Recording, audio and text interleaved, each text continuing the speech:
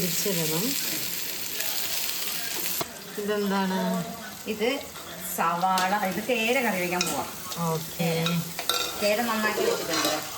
അടിപൊളി. അപ്പം ഇനി കേര തേങ്ങാപ്പാൽ ഒഴിച്ചല്ലേ?